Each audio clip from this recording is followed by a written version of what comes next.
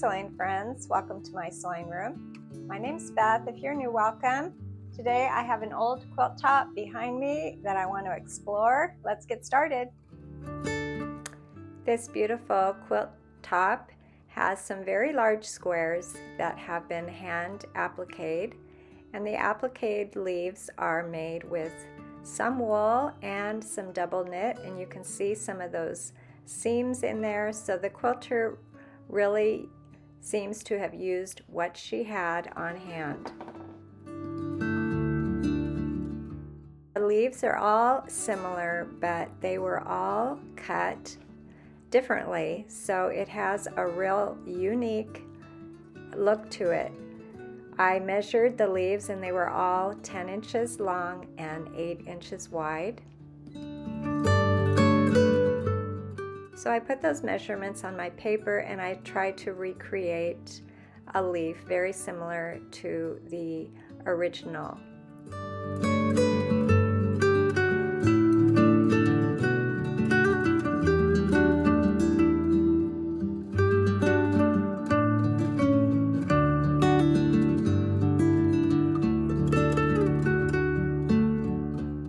After getting that leaf drawn on my paper, I cut it out, and this will be the pattern I'll use for my applique. I'm trying to use the same sort of fabrics the quilter used. I have some heavyweight fabric that's sort of similar, and I will be using that to applique my leaves down. I did draw this leaf without a pattern, but I did look on Google, and there are a lot of oak leaves available. There are a lot of patterns available, and of course your leaf would not need to be this complicated. There's some very simple leaf patterns. I was trying to do a leaf that reminded me of the leaves on the quilt that I'm working on today.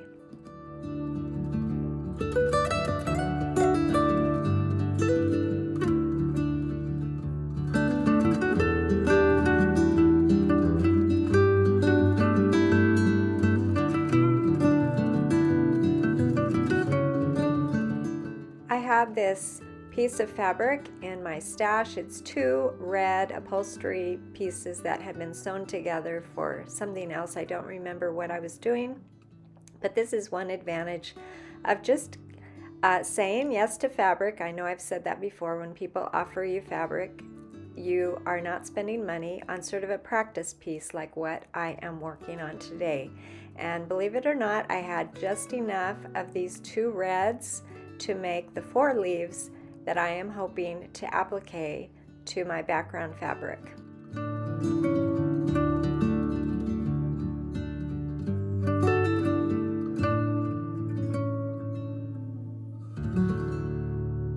I struggled a little bit with figuring out what pen or what to use to copy that leaf onto my fabric. With this red fabric, it's kind of hard to see the lines. I ended up using a black Sharpie, and I am trying to cut the inside of that line so that it doesn't show up on my finished project.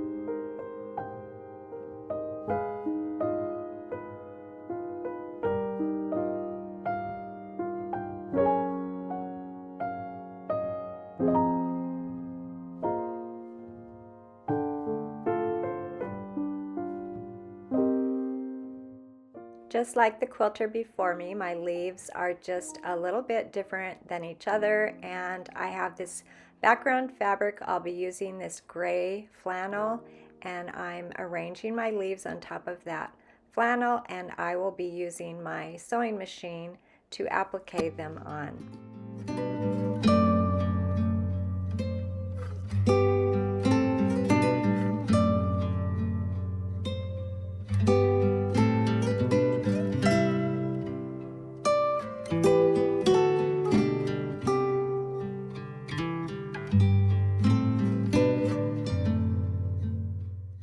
Here's my new to me sewing machine that has a buttonhole stitch that I'll be using, and I am trying to get to know this machine. So this whole project today is quite the learning curve, just trying to figure out how these leaves are going to be attached and how to use my machine. And there were some bumps along the way, but that is how you learn, right?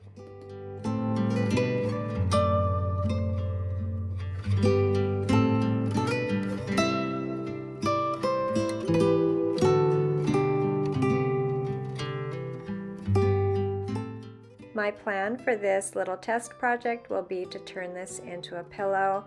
I won't be finishing that today on the video, but it will be easy work to make this a pillow for the fall.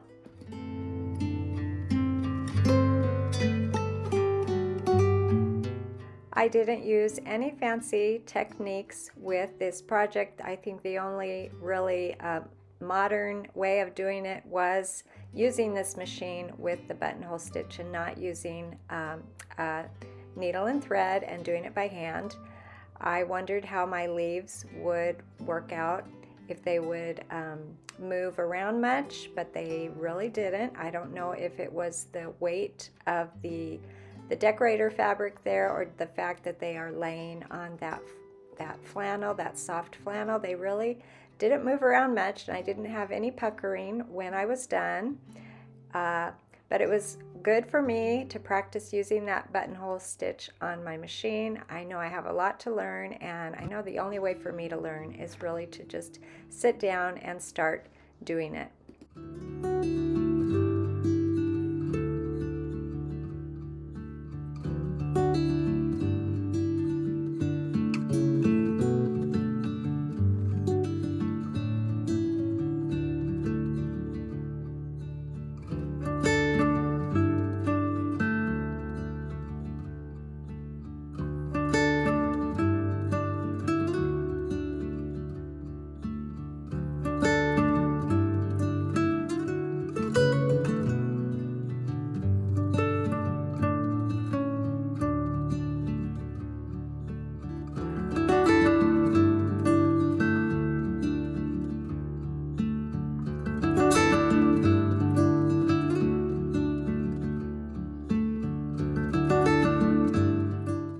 Here are my finished leaves. There were two fabrics, and I will say one fabric did much better at not fraying than the other fabric did.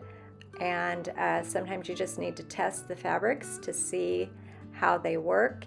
And I'm really pleased with how this came out. Thanks for joining me today, and I'll see you next time.